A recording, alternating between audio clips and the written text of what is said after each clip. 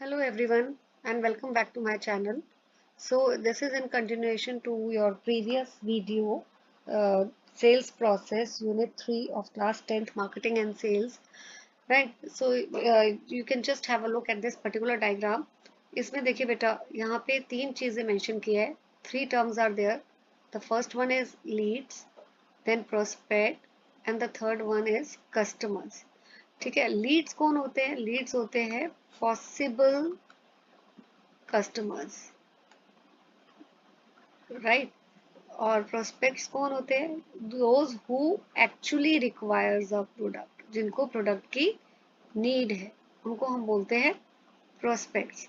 So those who actually require the product. And who are customers? Customers कौन होते हैं? Who buy your products. See, देखो यहाँ पे एक्सप्लेनेशन भी दी हुई है कि सेल्स पर्सन क्या है, वो डेटा कलेक्ट करता है 100% का. एंड ये जो 100% है, इनको दे मे बी और पॉसिबल कस्टमर, और इनको हम लीड्स भी बोलते हैं. अब इनमें से हो सकता है ये पॉसिबल कस्टमर में से सिर्फ 40 लोगों को प्रोडक्ट की ज़रूरत हो. तो जिनको प्रोडक्ट की रिक्वायरमेंट होती है उनको हम बोलते हैं प्रोस्पेक्ट्स. Next is customers. अब 40 प्रोस्पेक्ट्स में से सिर्फ 5 ही आपके एक्चुअल कस्टमर्स हैं जिन्होंने प्रोडक्ट को परचेज किया. अब 40 जो लोग थे उनको प्रोडक्ट की रिक्वायरमेंट तो थी, पर जरूरी नहीं है कि उन सभी 40 लोगों ने प्रोडक्ट को खरीदा. तो एक्चुअली में जिसने प्रोडक्ट को खरीदा है उसको हम बोलते हैं कस्टमर, राइट. तो ये आपको डिफरेंस आना चाहिए. What is lead, what is the meaning of word prospect and who is customer. Now moving to the next topic, planning the presentation. This is also called as pre-approach, right? So main step क्या है? Planning the presentation का मतलब क्या है? It is planning as to how to make a call. So जब भी sales person है, he has to interact with the customer, वो उसको कुछ पहले से थोड़ी सी प्लानिंग करनी पड़ती है. प्रेजेंटेशन तैयार करनी होती है. एंड प्लानिंग ऑफ प्रेजेंटेशन का मतलब क्या होता है? Planning of presentation involves deciding how to approach the buyer. Buyer को कैसे अप्रोच करना है, किस तरह के क्वेश्चंस बायर से पूछने हैं, और प्रोडक्ट के बारे में कौन से फीचर्स, बेनिफिट, एडवांटेजेस कस्टमर को बताने हैं, कैसे प्रोडक्ट की डेमोन्स्ट्रेशन देनी है. तो ये सारी चीज़ें वो मेंटल एक्सरसाइज है, because he decides as to how he is going to approach the customer. So that is called as planning the presentation. Now ये important question ये भी है. What are the qualities of salesperson? Salesperson, he should look impressive, presentable, right?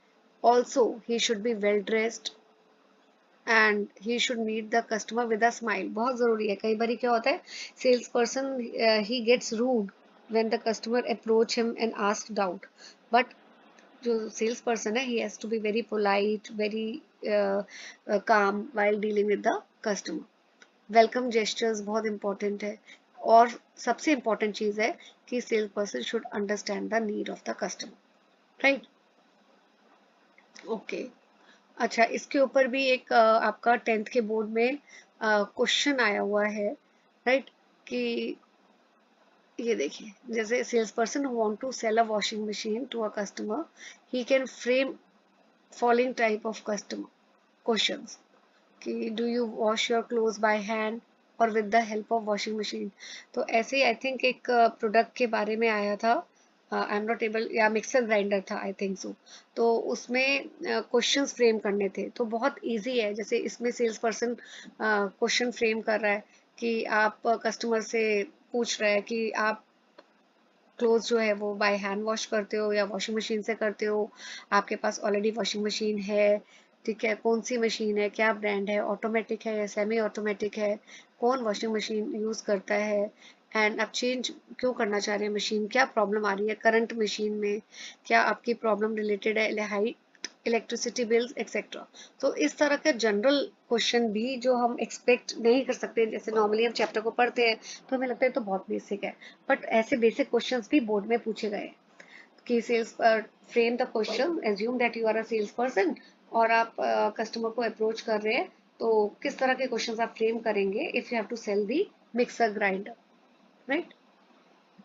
Now after this, पहले आपने plan कर लिया sales person ने, now placing the presentation, it is also called approach.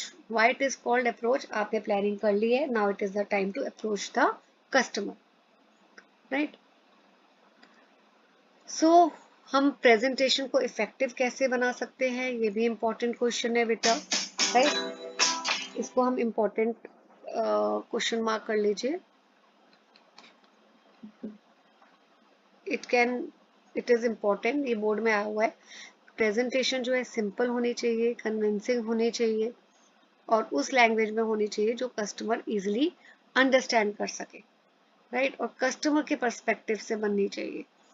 Also जो problem customer face कर रहे हैं, presentation should give the solution to that problem, and most importantly it should be eye catching and involving, right. Demonstration, अब कई products ऐसे होते हैं बेटा जिसमें डेमोन्स्ट्रेशन की बहुत ज़्यादा ज़रूरत है, राइट।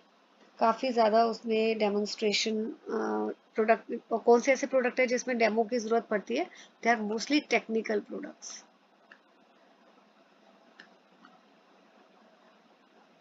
तो टेक्निकल प्रोडक्ट्स में डेमोन्स्ट्रेशन चाहिए होता है। नाउ ये भी demonstration is also part of the presentation. Presentation को अगर हमें बहुत अच्छा इफेक्टिव बनाना है, कस्टमर को कन्विंस करना है कि कैसे प्रोडक्ट जो है वो कस्टमर को बेनिफिट करेगा, तो it has to be supported with demonstration also. Now presentation जो है it can be in the form of visual, जैसे charts, graph, pictures, samples, PPTs के through, testimonials and so on. और इलेक्ट्रॉनिक्स, जैसे मैंने आपको बोला इलेक्ट्रॉनिक्स अगर आइटम्स हैं तो actual demonstration is consider very effective. So in this video I have described the next sale process, step of the sale process, that is planning the presentation. It is called as pre-approach, then placing the presentation, that is approach, right? So in the next video I'll be covering the steps which are still left to be covered. Thank you for watching the video.